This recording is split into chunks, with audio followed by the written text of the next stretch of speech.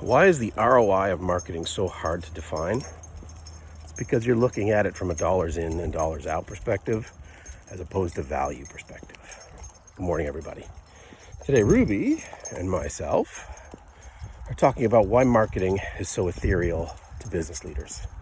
Why is it so hard for them to understand the value of certain activities that you're putting in market versus the dollars in and dollars out? Meaning, if I put in $1 to marketing, I better get out $1.15, $1.20.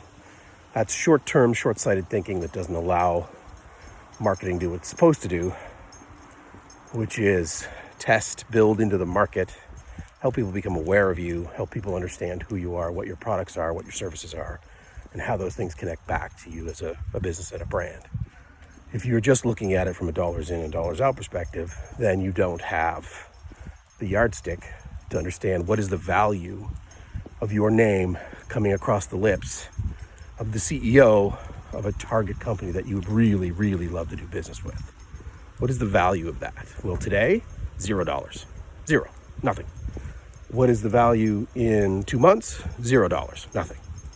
What is the value in 18 months when they're looking to make a 7-figure buy and you are the choice because that's how this works? Well, guess what? It's a lot. So this is how we start thinking. We start thinking about it differently from a marketing perspective, because now you want to know how these things that you're doing in market are connected back to larger business objectives. So it's not about how much money did we spend in 2020 or 2021. Yeah, you need to map that. You can't afford to not map that. But you want to know where that cost of acquisition nets out from a business perspective. So how much does it cost us to get a net new customer? How much? And then when you start mapping back to that, and then, oh, by the way, you're not supposed to just market for the sake of marketing. Yeah, some of it is awareness. You got to build awareness. If people don't know who you are, they can't buy from you. It's really simple. So you got to build some awareness in there. There's no question. But what is it that we want to do to help our sales teams build into a pipeline model that they can leverage to say this was a good use of our time? It's not about the leads necessarily. It's about the pipeline. How do we get good quality people into our pipeline so that they can make a purchase with us? That is starting to shift how marketing is looked at by sales. If it's just throwing a bunch of stuff at the wall and seeing what sticks, sales really doesn't have time for that, which is absolutely correct. They don't want to wade through and sift through a bunch of people who are not in market ready to buy, who are doing things. That is why chatbots are so valuable, because I just have a question. I'm not going to buy anything from you. I have a question. Answer my question. Cool. Chatbot. Done. Great. I am now in market looking to make a purchase decision of some value. You are on the short list of providers. How do I talk to your sales team? How do I get in front of them? How do I make that happen? What is your pricing? All that stuff. So, eyes are watering. Here's where this gets more interesting.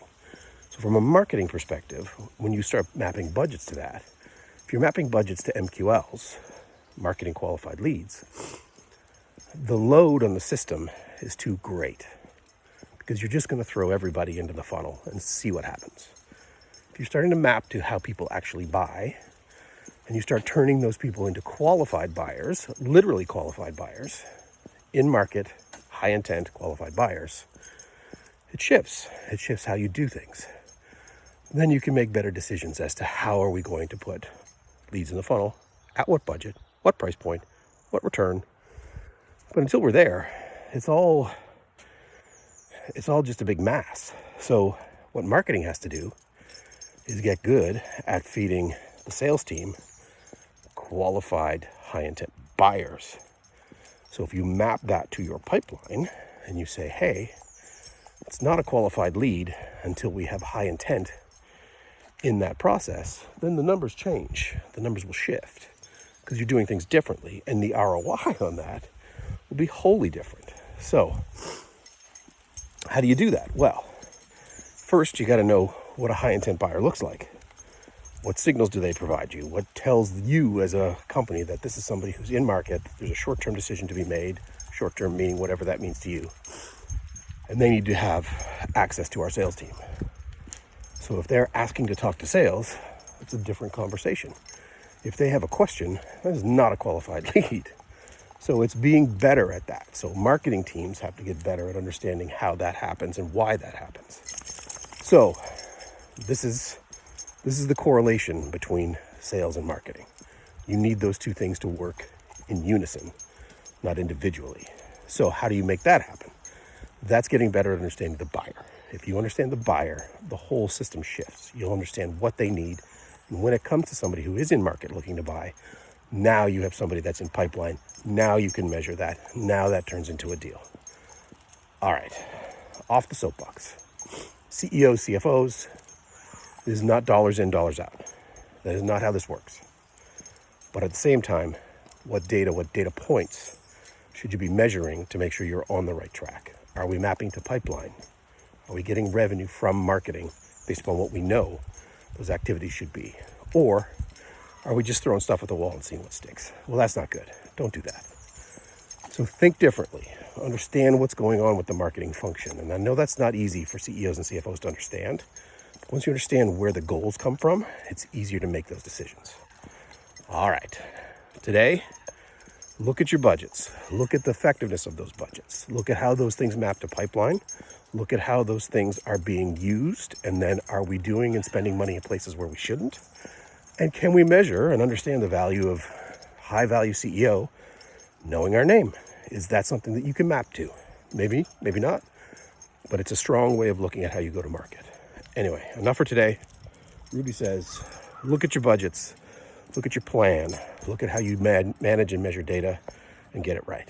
Anyway, today it's have a great day and walking and talking with Ruby.